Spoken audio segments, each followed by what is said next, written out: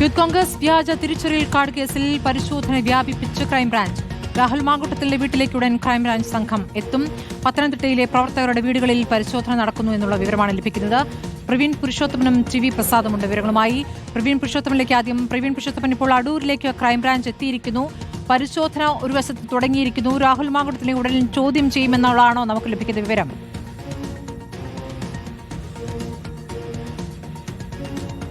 സ്മൃതി, ഈ വ്യാജ തിരിച്ചറിയൽ കാർഡ് കേസുമായി ബന്ധപ്പെട്ട് ക്രൈംബ്രാഞ്ച് സംഘം അടൂരിലേക്ക് എത്തിയിരിക്കുന്നു. അവിടെ രാഹുൽ മാങ്കൂട്ടത്തിന്റെ അനുയായികളുടെ വീട്ടിലാണ് പ്രധാനമായും ഈ ഒരു അന്വേഷണം നടത്തുന്നത്. ഞാനിപ്പോൾ നിൽക്കുന്നത് രാഹുൽ മാങ്കൂട്ടത്തിന്റെ വീടിന് മുന്നിലാണ്.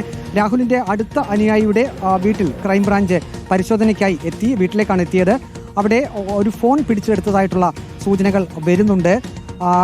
അതുപോലെ തന്നെ ഈ ക്രൈംബ്രാഞ്ച് അന്വേഷണ സംഘം പ്രധാനമായും ഇപ്പോൾ അന്വേഷിക്കുന്നത് ഈ വ്യാജ തിരിച്ചറിയൽ കാർഡ് കേസുമായി ബന്ധപ്പെട്ട് നിർണായകമായിട്ടുള്ള തെളിവുകൾ ഇപ്പോഴത്തെ ഒരു സാഹചര്യത്തിൽ കണ്ടെത്താൻ കഴിയുമോ എന്നുള്ളതാണ്. അതുകൊണ്ട് തന്നെയാണ് രാഹുൽ മാങ്കൂട്ടത്തിന്റെ അടുത്ത അനുയായികളുടെ വീട്ടിൽ, അത് അടൂരും ഏഴംകുളവും ഒക്കെ കേന്ദ്രീകരിച്ചുള്ള യൂത്ത് കോൺഗ്രസ് പ്രവർത്തകരുടെ വീട്ടിലേക്ക് പ്രത്യേക അന്വേഷണ സംഘം എത്തിയിരിക്കുന്നത്. ഈ കേസിന്റെ ഒരു തുടരന്വേഷണമാണ് യഥാർത്ഥത്തിൽ ഇപ്പോൾ നടക്കുന്നത്. ഈ ഒരു സാഹചര്യത്തിൽ ഇപ്പോൾ ഒന്നുകൂടി ഈ ക്രൈംബ്രാഞ്ച് അന്വേഷണം ഊർജിതമാക്കുന്നു എന്ന് മാത്രം. ഇനിയിപ്പോൾ ഈ ഫോൺ പിടിച്ചെടുത്തതായിട്ടുള്ള സൂചനകൾ വരുന്ന ആ ഫോൺ വിശദമായി പരിശോധിക്കുമ്പോൾ അതിൽ നിന്നും എന്തെങ്കിലും തെളിവുകൾ കിട്ടുമോ എന്നുള്ളതായിരിക്കും ക്രൈംബ്രാഞ്ച് അന്വേഷണ സംഘം പ്രധാനമായും അന്വേഷിക്കുക. രാഹുൽ മാങ്കൂട്ടത്തിൽ ഇപ്പോൾ അടൂർ നെല്ലിമുകളിലെ വീട്ടിൽ തന്നെയുണ്ട്. കഴിഞ്ഞ 2 വാർത്താ സമ്മേളനങ്ങൾ നാം കണ്ടതാണ്. അത് അദ്ദേഹത്തിനെതിരെ ഉയർന്ന ആരോപണങ്ങൾ സംബന്ധിച്ച് വിശദീകരിക്കുന്നതിന് വേണ്ടിയുള്ള വാർത്താ സമ്മേളനങ്ങളായിരുന്നു. അതിനുശേഷം അദ്ദേഹം വീട്ടിന് പുറത്തേക്ക് ഇറങ്ങിയിട്ടില്ല. ഏതായാലും ക്രൈംബ്രാഞ്ച് അന്വേഷണ സംഘം രാഹുൽ മാങ്കൂട്ടത്തിന്റെ അനുയായികളുടെ വീടുകളിൽ റെയ്ഡുകൾ നടത്തുകയും അവരിൽ നിന്ന് വിശദമായിട്ടുള്ള വിവരങ്ങൾ ശേഖരിക്കുകയും ചെയ്തിട്ടുണ്ട്. അതിൻ്റെ ഒരു തുടർ അന്വേഷണം എന്നുള്ള നിലയിൽ രാഹുൽ മാങ്കൂട്ടത്തിൻ്റെ വീട്ടിലേക്കും ക്രൈംബ്രാഞ്ച് അന്വേഷണ സംഘം എത്താനുള്ള ഒരു സാധ്യത ആണുള്ളത്. അങ്ങനെയാണ് നമുക്ക് വിവരം ലഭിച്ചിരിക്കുന്നത്. ഏതായാലും അടൂർ കേന്ദ്രീകരിച്ചുകൊണ്ട് ഈ ക്രൈംബ്രാഞ്ചിൻ്റെ പ്രത്യേക അന്വേഷണ സംഘം ഈ വ്യാജ തിരിച്ചറിയൽ കാർഡ് കേസുമായി ബന്ധപ്പെട്ടുള്ള തുടരന്വേഷണത്തിന്റെ ഒരു നിർണായക ഘട്ടത്തിലേക്ക് കടന്നിരിക്കുന്നു എന്ന് പറയാം. നേരത്തെ തന്നെ ചില ശബ്ദശകലങ്ങളൊക്കെ ഇതുമായി ബന്ധപ്പെട്ട് പ്രത്യേക ക്രൈംബ്രാഞ്ച് അന്വേഷണ സംഘത്തിന്റെ പക്കലേക്ക് എത്തിയിരുന്നു.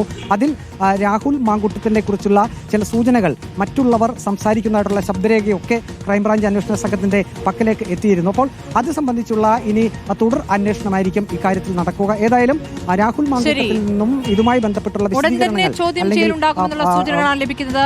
ഞാൻ ടി വി പ്രസാദിലേക്കും പോകുന്നു. പ്രസാദ്, ഇപ്പോൾ ഈ വ്യാജ തിരിച്ചറിയൽ കാർഡ് വാർത്ത ബ്രേക്ക് ചെയ്തത്, അത് പുറത്തേക്ക് എത്തിച്ചത് റിപ്പോർട്ടർ TV റോഷിബാലാണ്. ആ വാർത്തയ്ക്ക് ശേഷം അതിന്റെ പിന്നാലെ തന്നെ ഉണ്ടായിരുന്നു ഒരു ഘട്ടം വരെയും അന്വേഷണം പോയി. പിന്നീട് അതിൽ രാഹുൽ മാങ്കൂട്ടത്തിലെ തെളിവില്ല എന്ന രൂപത്തിൽ പാതി വഴി അന്വേഷണം നിൽക്കുകയായിരുന്നു.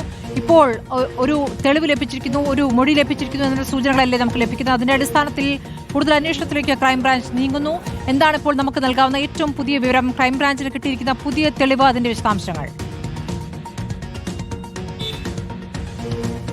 കൂടുതൽ തെളിവുകൾ കിട്ടിയതിൻ്റെയും കൂടുതൽ മൊഴികൾ കിട്ടിയതിൻ്റെയും ഈ കേസ് ശക്തമായി മുന്നോട്ട് കൊണ്ടുപോകാൻ കഴിയുമെന്ന ആത്മവിശ്വാസത്തിൻ്റെയും അടിസ്ഥാനത്തിലാണ് ക്രൈംബ്രാഞ്ച് ഈ കേസ് ഒന്നുകൂടി ശക്തമായി എടുക്കുന്നത് എന്നതാണ്. നേരത്തെ നമ്മൾ കണ്ടതുപോലെ സംസ്ഥാനത്ത് വ്യാപകമായി യൂത്ത് കോൺഗ്രസ് സംസ്ഥാന തെരഞ്ഞെടുപ്പുമായി ബന്ധപ്പെട്ടുകൊണ്ട് വ്യാജ തിരിച്ചറിയൽ കാർഡുകൾ ഉപയോഗിച്ചതായുള്ള സ്ഥിരീകരണം ഉണ്ടായിട്ടുണ്ട്. അതിൻ്റെ അടിസ്ഥാനത്തിൽ നിരവധി ഇടങ്ങളിൽ പരിശോധനകൾ നടത്തിയിരുന്നു, ഫോണുകൾ പിടികൂടിയിരുന്നു. വ്യാജ തിരിച്ചറിയൽ കാർഡ് ഉണ്ടാക്കിയ ആളുകളിലേക്ക് അന്വേഷണം എത്തിയിരുന്നു. പക്ഷേ അവിടുന്ന് അങ്ങോട്ടേക്കൊന്നും ആ സമയത്തൊന്നും രാഹുൽ മാങ്കൂട്ടത്തിലേക്ക് കൃത്യമായ അന്വേഷണം പോയതുമില്ല. രാഹുൽ മാങ്കൂട്ടത്തിലാണ് ഇതിൻ്റെ ഗുണഭോക്താവ് എന്നിരിക്കെ രാഹുൽ മാങ്കൂട്ടത്തിന് ഈ സംഭവത്തിൽ പങ്കുണ്ടാകും എന്ന കൃത്യമായ സൂചനകളോട് കൂടിയാണ് അന്ന് മുന്നോട്ട് പോയതെങ്കിലും ഒരു കൃത്യമായ തെളിവിലേക്ക് അന്ന് അന്വേഷണ സംഘം എത്തിയിരുന്നില്ല എന്നുള്ളതാണ്. പക്ഷേ ഈ ഘട്ടത്തിൽ കൂടുതൽ തെളിവുകൾ ക്രൈംബ്രാഞ്ചിന് ലഭ്യമാകുന്നു എന്നുള്ളതാണ് ഇന്നത്തെ പരിശോധനയിലൂടെ വ്യക്തമാകുന്നത്.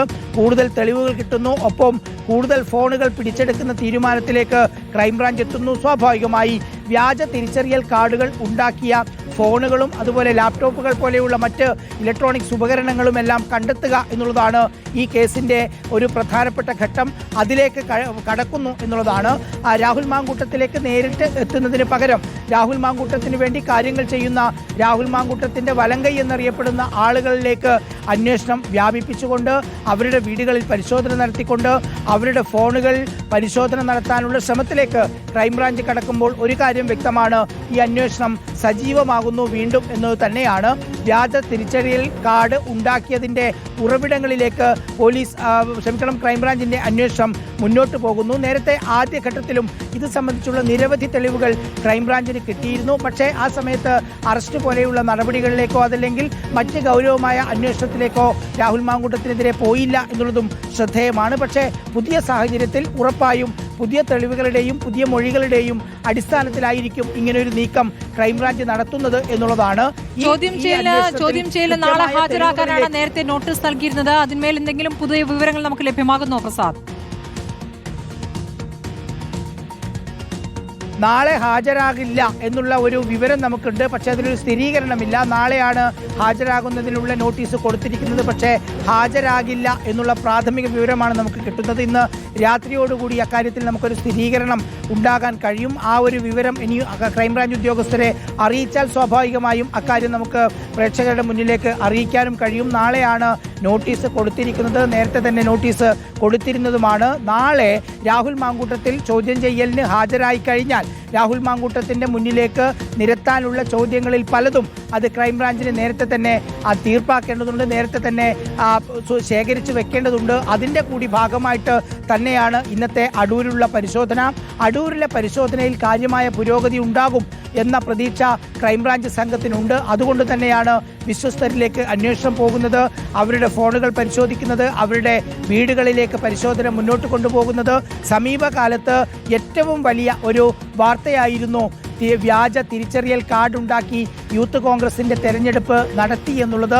അക്കാര്യത്തിൽ സ്ഥിരീകരണവും ഉണ്ടായിട്ടുണ്ട്. ആയിരക്കണക്കിന് വോട്ടുകളാണ് സംസ്ഥാന വ്യാപകമായി പലവിധ കേന്ദ്രങ്ങളിൽ നിന്നും പല ജില്ലകൾ കേന്ദ്രീകരിച്ചും ചെയ്തത് എന്ന വാർത്തകളും വിവരങ്ങളും റിപ്പോർട്ടുകളുമാണ് പുറത്തു വന്നത്.